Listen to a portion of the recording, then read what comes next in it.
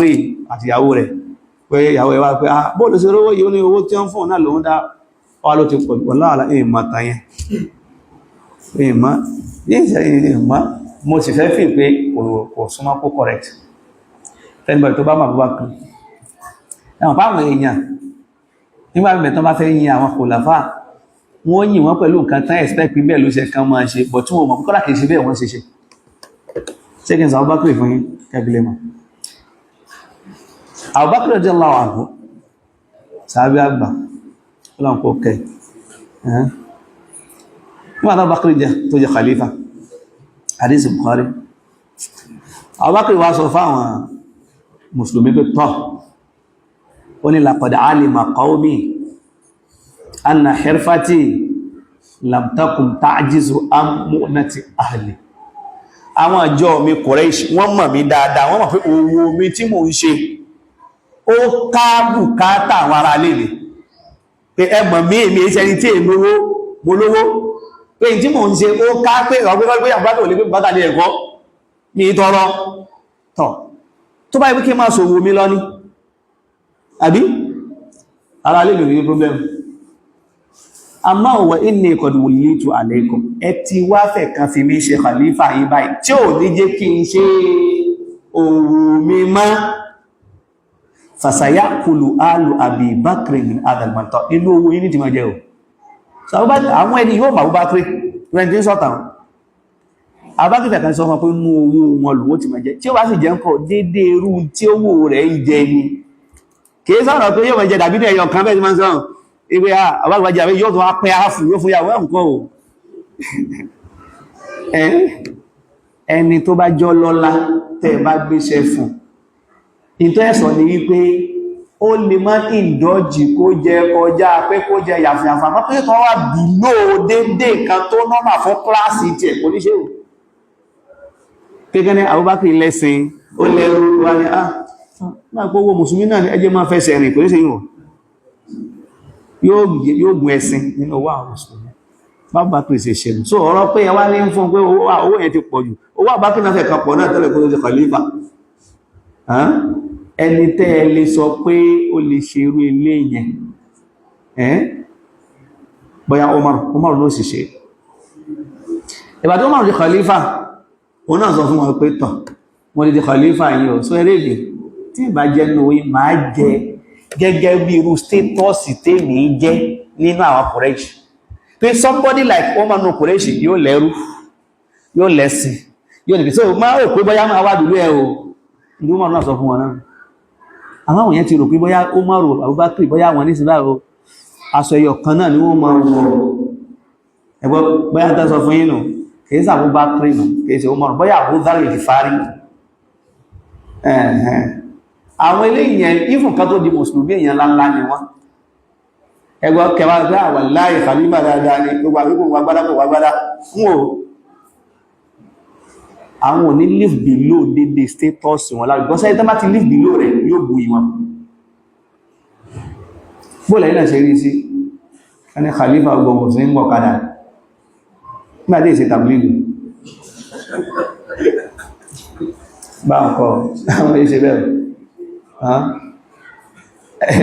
dédé gan ṣe ń live ní wọ́n ṣe live wọn wá ní kọjá àlàké náà tó bá ti bẹ́ẹ̀ lómi inú wọn náà kì í bá so lówó kó tó khalifa kò ní sọ àìlú lówó tó bá ti khalifa ẹgbọ́n ní ebi ṣe ń live náà nítọ̀ báwọn AbuBakr àti wọn ṣe ń live kan khalifa fẹ́ kan wà háyà ju àwọn wọn ò sí lára àwọn tálíkà àwọn Sahabah ṣẹgbọ́n mi ẹ̀hẹ́n so ẹgbọ́n wò rò pé bá yára bá fi wá ní ṣẹwà di tálíkà àwọn òfẹ́ kan jí gbogbo wọn náà kọ́ tọ́lọ́ náà wọ́n fi ń ṣe tọ̀ lábá pò lọ́rọ̀ AbuBakr abábọ́sọ Uthman olówó onú wọn wá ní ọjọ́ aláwọ̀ àmì bóònù rẹ̀ àná Nabi sallallahu alaihi wasallam Uthman wá lówó so Uthman tún ní gbé sí lẹ́fù tàwọn tẹ ọmọ tó àwọn ọmọ tó ń ṣe tẹ́yìnà bá sì sí gbogbo kálukú ṣe rí nù ẹni tó jọmọ ọba kó tó di gọ́fúnà ìjọmọ ọba ò ní tán lára rẹ̀ àbí ẹ̀kọ́ lẹ́fìrí pé former CBN governor kan bẹ former CBN governor wọ́n bá tuntun lọ sọ́fíìsì báyìí yóò tún lọ lótọ́ wà kí ń bà jọmọ prince lọ ń gbà ń gùn rẹ̀ Sàdáúnà tẹ́ ma ń gbọ́ sàdáná pẹ̀lú àwọn Awólọ́wọ̀ tẹ́bá ti gbọ́ sáà bó ṣe ga tó wà lókèmbà tọmọ ọba ní ìsinmi wà ní lọ́kẹ́ ìtọ́jú tó ajẹ́ kí ní ẹ̀kẹ́ mọ̀ yóò wí láwà nílẹ̀ yóò ma dán tó gbalẹ̀ hẹ́n so èrò ìmọ̀ ìtàn tẹ́ ń sọ ọkọ̀ rí bẹ́ ṣẹ̀gbọ́n tó bá fi ṣe pé nǹkan tó bá ti tọ́ ló bá fún ìyàwó rẹ̀ ó wá ló bá pọ̀ ṣẹ́rí kó pọ̀ lọ́dọ̀ rẹ̀ pé ìyàwó rẹ̀ ò náà ibi tíṣẹ́ ti kọ̀lífà wà ní kó má fún ní nǹkan tí ò tọ́ sí tẹ́gbẹ́ tó bá tọ́ sí ló bá fẹ́ fún ìwé olóko púpọ̀ sí ọ̀rọ̀ púpọ̀ rẹ̀ ò kan àmọ́ tóun ti bẹ́ẹ̀ ńkọ́ ò tó bá ti kan ọ̀rọ̀ property àwọn mùsùlùmí wọ́n lámàánà ga o wọ́n lámàánà ga o Abu Bakr radiyallahu anhu nígbà tí ó kú wá pa àwọn ọmọ ẹ̀ Aisha wọ́n sọ fún wọn tí wọ́n ṣe tó ń bá kú ó wá sọ fún Abu Bakr wa máa sọ ọ̀kan tó ti gbó wọ́n ní aṣọ yìí ni kẹ́ fi ṣe káfàn ní kẹ́ fi shroud ní kẹ́ fi sẹ́mí ẹ má lọ aṣọ tuntun ẹgbọ́ fa innal hayya awla bil jadidi min al mayyit alàyé ní ìdí aṣọ tuntun jù kú lọ kò sí tó kú fẹ́ fásọ tuntun sí innama huwa lil muhl lẹ́yìn tí aṣọ wà fún àtàfin òkú pé gbogbo ọ̀dọ̀ yíṣù bá jálà rẹ̀ kórìbì kan já sí tí kí láàá rí fi tuntun ṣe sí sàwọn mọ rírì nǹkan yìí ẹ má fásọ tuntun tó lẹ́fẹ́ fẹ́ pọ́n khalifa lè kò wúlò fún alàyé ní ìdí ẹ̀jú òkú lọ concept Islam kẹ́yàn wá ní ọlẹ́nìkan kú ẹwà ní àtọ́gbólówó láyé ẹwà kó góòdì sínú kó sí ẹ̀sẹ̀ kẹ́kàn orí ti dàrú àwádá nídìí góòdì òkú kalẹ̀ fáwà ọ̀kan wọ́n láǹkan nílẹ̀ Ìgbò wọn ni wọ́n tún lọ lè síyàn pẹ̀lú mọ́tò pé wọ́n tún wá hàn wọ́n sì kalẹ̀ bẹ́ẹ̀kọ́ wallahu alam èrò pé kí ní ilé true àwọn bá pé ìmọ̀ nǹkan tó tọ́ sára ilé rẹ̀ kọjá pa pé wọ́n á pọ̀ tó bá pọ̀ lọ́dọ̀ obìnrin sóbìnrin náà lè sí sọ́dá pọ̀ pẹ̀lú ẹni láǹkọ́ wọ́n yí fìnira múra tó báyìí àfi níbi tó bá ṣe rí pé yóò bá affect àmánà sọ́nà bá gbé fún tó bá pẹ́ ní àwọn tó bá fẹ́ sọ pé kọ́dà bí tán lámánà dé Umar máa ń ṣe irú nǹkan tó jọ bẹ́ẹ̀ but not Abu Bakr ìtumọ̀ sí máa ń ṣe ní pé torí kó kàn fẹ́ protect Baitul Mal anybody tí Umar bá yàn ní khalifa bá yàn ní governor kódà bísínẹ́sì míì tán bá ṣe fúnra wọn tí è ṣe bísínẹ́sì kan jẹ́ gọ́fúnà tán bá ti dé Umar ní kásà àkáǹtì owó wọn ìbẹ̀lẹ̀ tí mú concept pé ẹlẹ́n ṣe declaration of asset kíkẹ́yàn tó di gọ́fúnà kó sọ tó ní tó bá kó ní gọ́fúnà wọn kó sọ tó ní káwó yàtọ̀ rẹ̀ bóyá kò kówó jẹ ó jẹ́ pàmì lè ṣe jàmbá jí wọn ni ọ̀wọ́n tó ṣe anticipatory declaration tó bá ní 2 million báyìí nísìn tán bá ní kó declare asset ẹ̀ nísìn yóò sọ pé 2 billion lòun ní torí ó ti mọ̀ pé ń jọ́ tó wọ́n bá ṣe ó ti sí ìtí ó kó jẹ wọn láwọn eléyìí ní ṣe tí wọn